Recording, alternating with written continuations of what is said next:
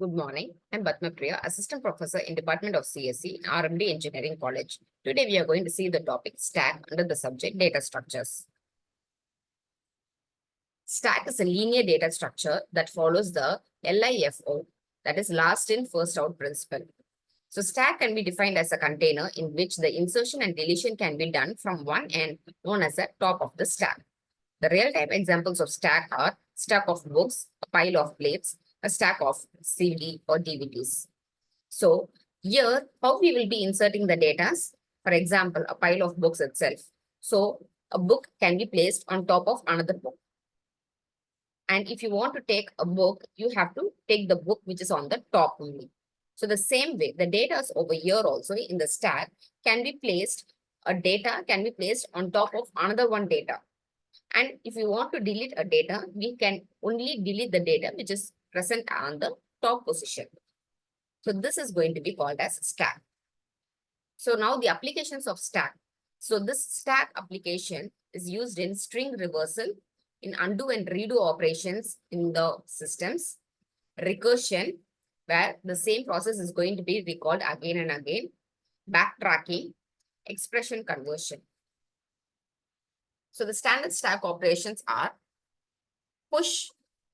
So push is the operation where we will be inserting the data. So when we insert an element in a stack, then the operation is known as push. If the stack is full, then the overflow condition occurs. Pop. When we delete an element from the stack, the operation is known as a pop. If the stack is empty means then no element exists in the stack, and this is called as underflow state. Is empty. This operation determines whether the stack is empty or not. Is full. This determines whether the stack is full or not. Peek. It is used to search for an element, and the position of the element which is being searched for is going to be returned. Display. It prints all the elements available in the stack. Now let us see the push operation. Before inserting an element in a stack, we should have to check whether the stack is full. If we try to insert the element in a stack and the stack is full means then the overflow condition occurs.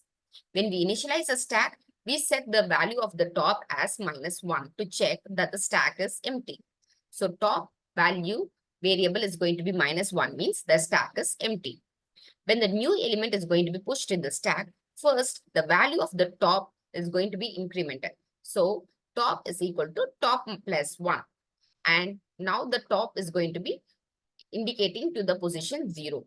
So now the element will be placed at the new position of the top. The elements will be inserted until we reach the max size of the stack.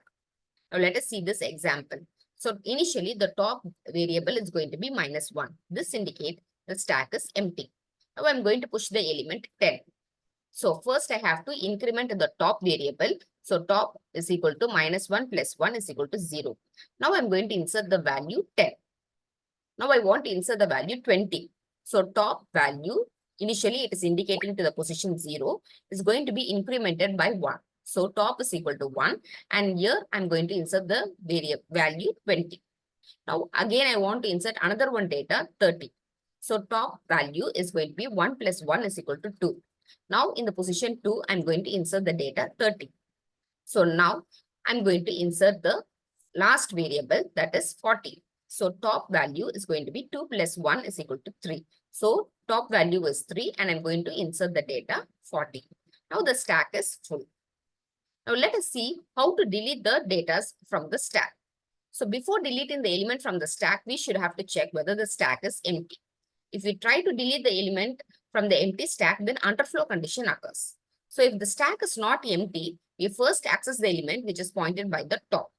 Once the pop operation is performed, the top is decremented by 1. That is, top is equal to top minus 1. So now let us see this scenario where top value is equal to 3 and the stack is full.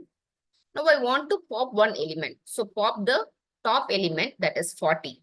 And after popping the element, you have to decrement the top value by 1. So top value now becomes 2. Now I'm going to pop one more value. So pop the 30 and decrement the top variable by 1. So now top value is going to be 1. Again, I'm going to pop one more value. So pop 20 and top variable is going to be 0. Again, I'm going to pop 1 element. So pop 10. Now the top value is going to be -1. So now again I want to do the pop means I cannot do it because top value is equal to -1. That is stack is empty. So that is with the stack. Thank you.